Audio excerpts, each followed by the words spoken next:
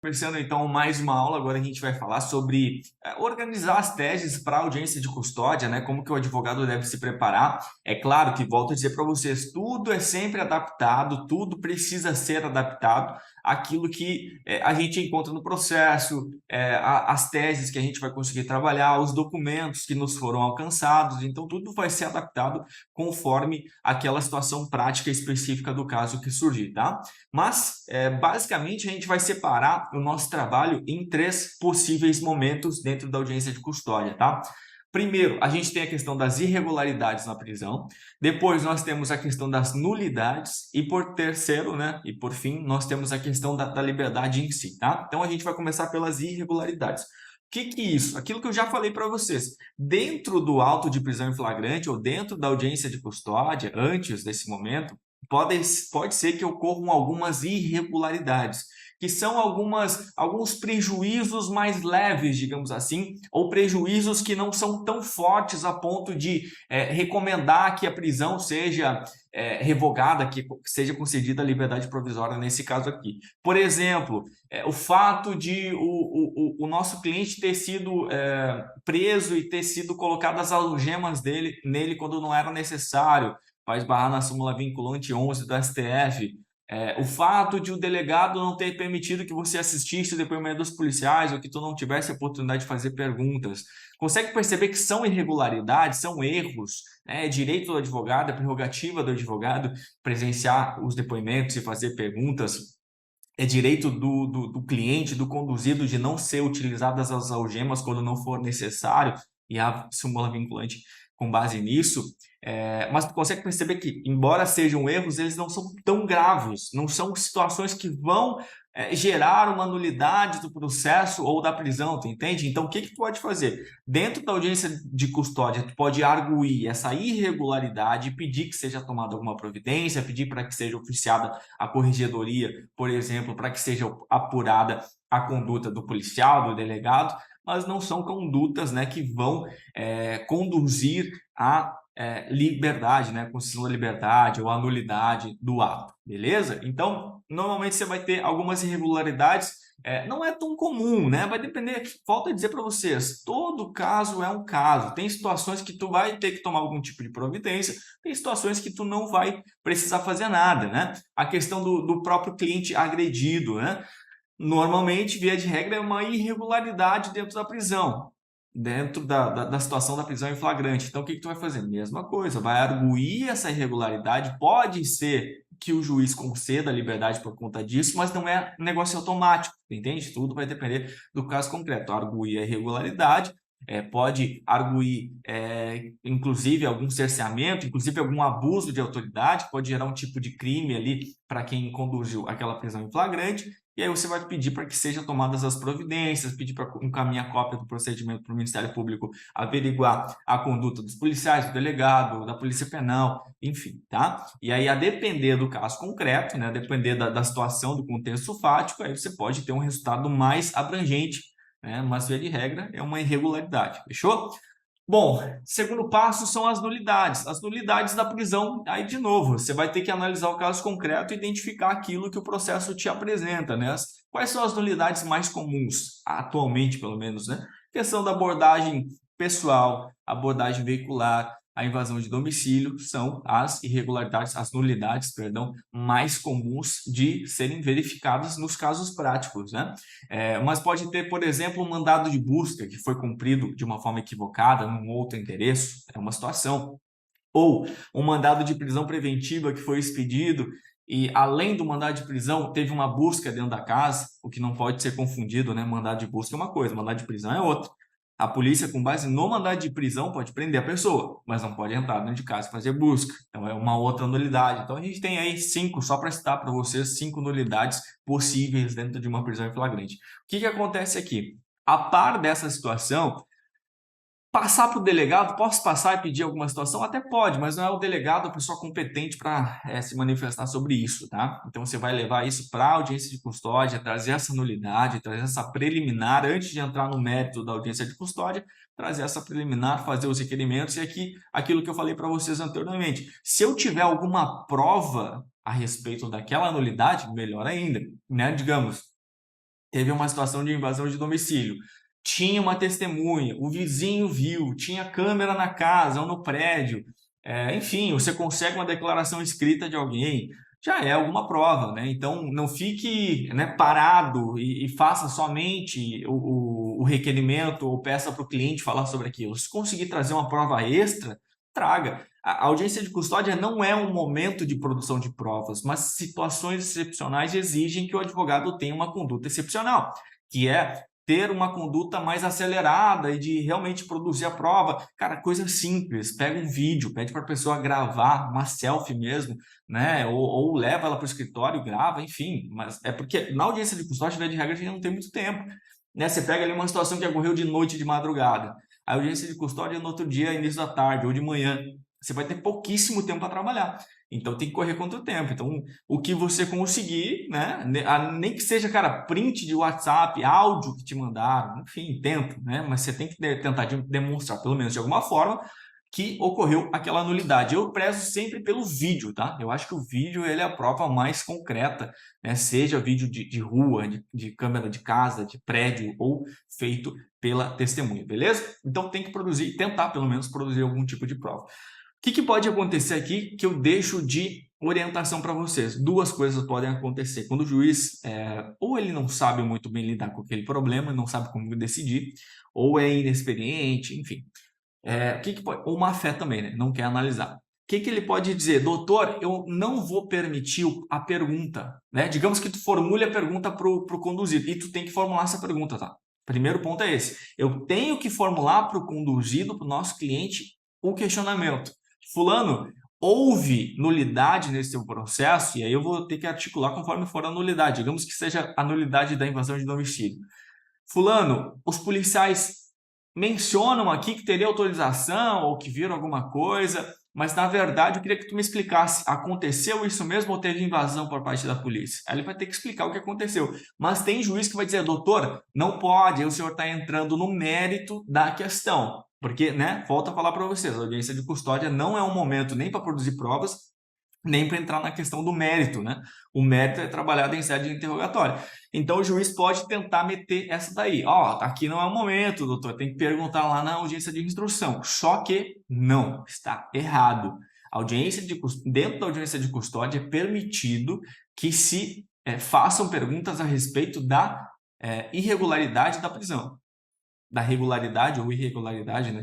Porque um dos requisitos da prisão, da audiência de custódia é que se analise a legalidade da prisão. Então, como nós estamos ali para averiguar a legalidade ou ilegalidade daquela prisão, eu sou obrigado a fazer um requerimento que faça menção a alguma ilegalidade. Eu não posso ser tolhido desse direito, porque o objetivo da audiência de custódia não é só conceder liberdade ou decretar prisão preventiva, é também verificar a legalidade. Então, quando eu estou questionando uma preliminar, não é uma decisão, não é uma pergunta de mérito, até porque eu não estou dizendo, fulano, tu estava traficando ou não. Não é esse o ponto. O ponto é entrar na tua casa com autorização, sem invadir, como é que foi?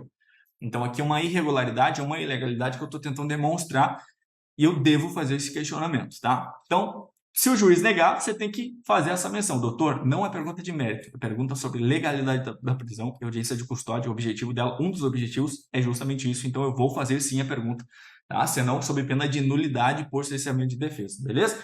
E o segundo ponto é, ele pode até permitir que tu faça o questionamento, mas aí ele impede a análise, ou ele não vai analisar, né? Ele vai dizer, doutor, eu não vou analisar agora a tese porque demanda uma discussão probatória. E tem situações que realmente demandam uma discussão probatória. Por exemplo, consta ali que os policiais teriam visto duas pessoas conversando ou se cumprimentando, sabe aquele depoimento muito subjetivo, muito abstrato, mas de certa forma menciona uma proximidade, uma suposta relação entre as pessoas que poderia ser encarado ou poderia ser uma situação de negociação, né?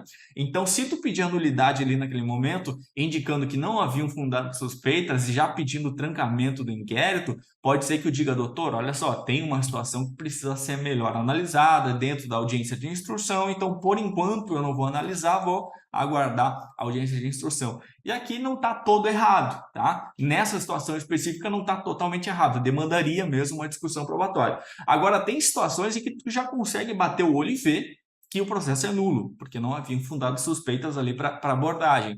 Então, tu tem que fazer essa análise crítica. Tem condição de decidir agora? Se sim, já aproveita, já faz perguntas, faz o requerimento. Se tu acha que é um pouco complicado de fazer esse requerimento agora, pode fazer igual e aí joga o peixe para o juiz, né? Para ver se ele vai cair na tua ou não. Porque o juiz ele precisa pelo menos se manifestar, né? Aquilo que eu falei para vocês também. Se o juiz não se manifesta, eu não consigo levar para o tribunal. Entendeu? Então eu desisto da minha tese, eu sou obrigado a desistir se o juiz não se manifesta, tá? Então eu tenho que fazer o requerimento, ele tem que se manifestar para só então eu conseguir subir aos tribunais. Se isso não acontecer, eu vou ter que esperar a audiência de instrução, o cliente vai ficar preso, depois eu trago a tese em memoriais para só depois conseguir recorrer, né? Seja com apelação ou com habeas corpus, beleza? Bom, então, irregularidades, nulidades e agora a questão da liberdade, né? Como é que eu vou organizar, como é que eu vou me preparar? Aquilo que eu falo para você, você tem que pensar com a cabeça de quem vai julgar, né? A depender do crime que foi cometido, a depender do cliente que está nas tuas mãos, é claro que tu sempre tem que lembrar, nem todo cliente vai conseguir liberdade. A gente tem que ser muito claro com quem nos contrata, dependendo da situação. É óbvio que é mais fácil eu conseguir uma liberdade com um cliente que é primário, que tem endereço, que tem trabalho. Isso quer dizer que eu vou conseguir sempre? Não, mas obviamente é mais fácil com essas condições. O que não quer dizer que seja impossível para o cliente que é reincidente, por exemplo. Eu mesmo, até eu conseguir a primeira vez, eu achava que era impossível conseguir para o cliente reincidente, específico ainda, mas já consegui, mais de uma vez, né? Várias vezes. Então, tu vai perdendo esse medo a partir do momento que tu vai conseguindo ganhar. Então, basicamente eu tenho que me antecipar ao juiz. O que esse juiz deve estar pensando? O que seria um argumento bom para ele conceder essa liberdade? O que eu teria que trazer de documento? Eu tenho que me antecipar, né? Via de regra, aquilo que eu falei para vocês, documentos que comprovem que é uma pessoa boa, que é trabalhador, né? Que tem endereço aqui, que tem família, que tem dependente, que paga pensão, que ajuda os pais, sei lá, você tem que juntar documentos que te tragam alguma situação sólida para te demonstrar que não é um perigo, que está tudo bem, que ele pode responder o processo em liberdade, pode pedir, pode colocar tornozeleiro, o cliente não se importa, o cliente só quer responder esse processo em liberdade, entendeu?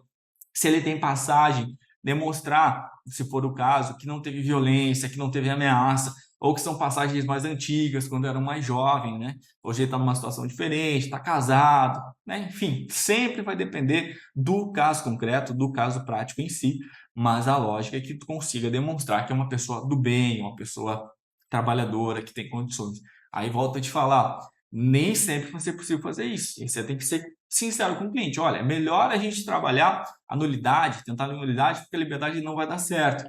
Ou é melhor a gente aguardar para o mérito, aguardar para a audiência, para lá a gente trazer as nossas teses e trabalhar melhor, explicar para ele, olha, você tem passagem, você não tem endereço, você não tem trabalho, é mais complicado, eu vou fazer o requerimento, mas não é muito provável que isso aconteça agora, né? Recentemente a gente teve um cliente que já tinha passagem, já tinha condenação, nem processo em andamento, foi preso agora por Maria da Penha. Uma bobeira, mas foi preso por Maria da Penha, teve agressão, teve ameaça, teve descumprimento de medida protetiva.